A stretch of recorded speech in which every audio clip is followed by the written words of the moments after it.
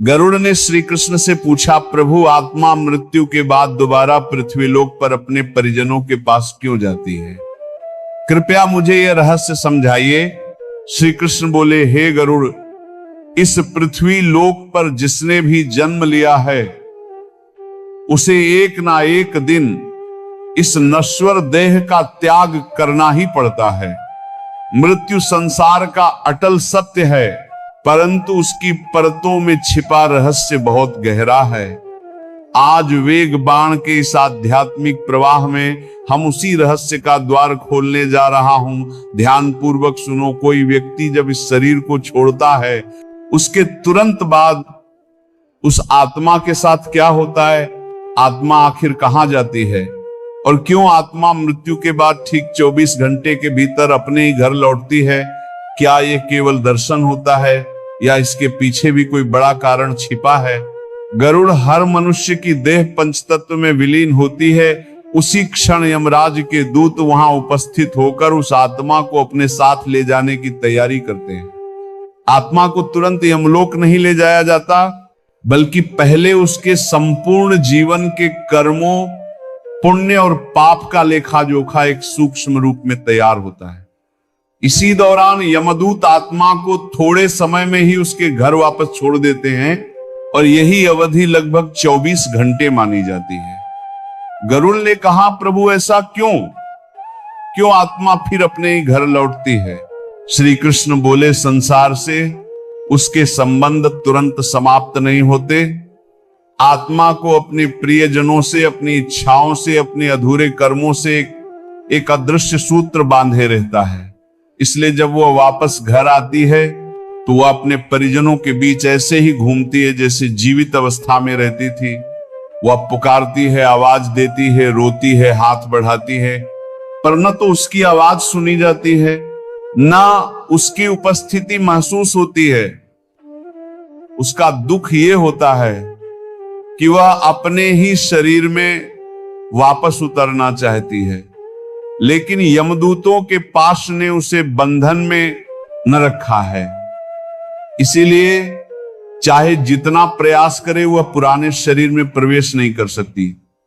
जब घर वाले उस व्यक्ति के लिए विलाप करते हैं, रोते हैं, दुख मनाते हैं, इन सब भावनाओं को आत्मा पूरी तरह देखती और महसूस करती है, ना अपनी उपस्थिति का प्रमाण दे सकती है। अब गरुड़ ने कहा, प्रभु, क्या आत्मा केवल अपने घर के दर्शन करके लौट जाती है? नहीं प्रिय गरुड़, यह अवधि विशेष रूप से इसलिए होती है ताकि मृत्यु के बाद जो 10 दिनों तक पिंडदान किया जाता है, उसी के द्वारा आत्मा का सूक्ष्म शरीर धीरे धीरे निर्मित हो सके। पहले 10 दिन किए गए प्रत्येक पिंडदान से आत्मा के शरीर के अलग अलग भागों का निर्माण माना गया है। कहीं उसके इंद्रियों की क्षमता, कहीं उसकी सूक्ष्म ऊर्जा, कहीं उसके यात्रा योग्य शरीर का आकार।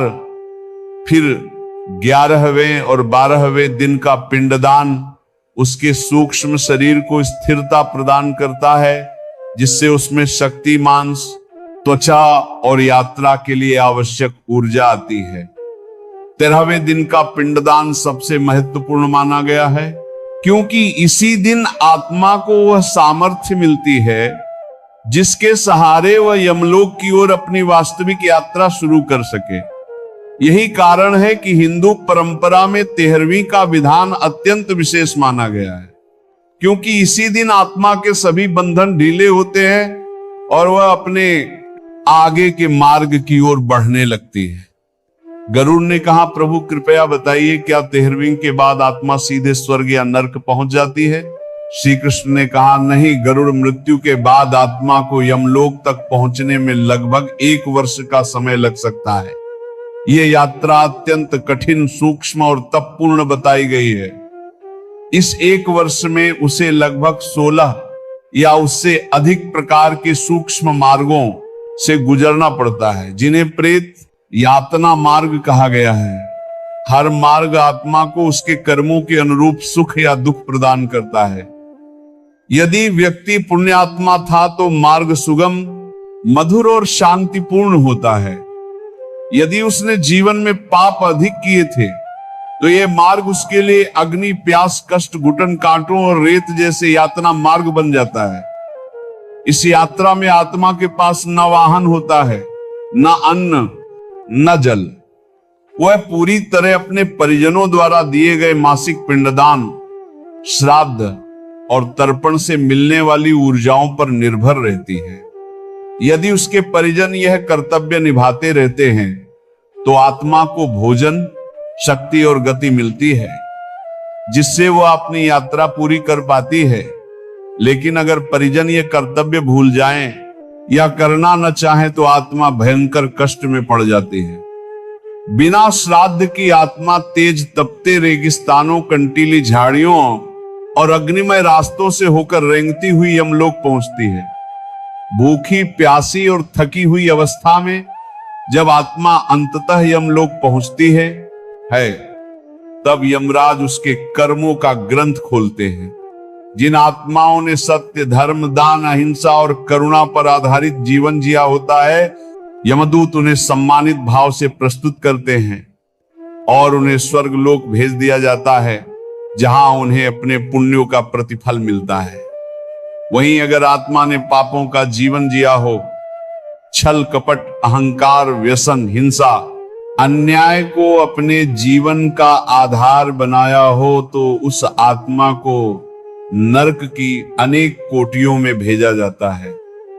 वहां उसे घोर यातनाओं के माध्यम से अपने कर्मों का परिणाम भोगना पड़ता है।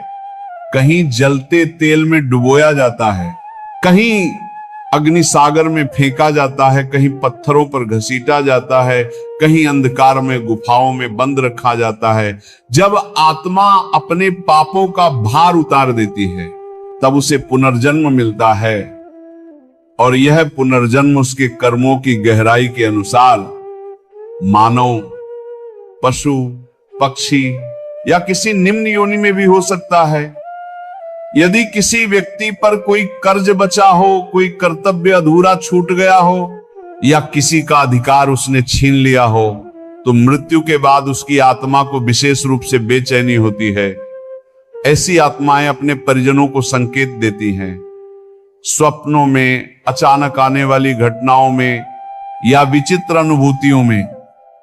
इसलिए कहा गया है कि हर व्यक्ति को अपने मृत पूर्वजों का वार्षिक श्राद्ध अवश्य करना चाहिए। यही उनके मोक्ष का मार्ग खोलता है। श्री कृष्ण ने कहा, प्रिय गरुड़, मृत्यु अंत नहीं है, ये आत्मा की अगली यात्रा का प्रारंभ है और ये यात्रा तब सुगम बनती है जब हम धर्म, कर्तव्य, करुणा और सदाचार को जीवन का मूल बनाएं।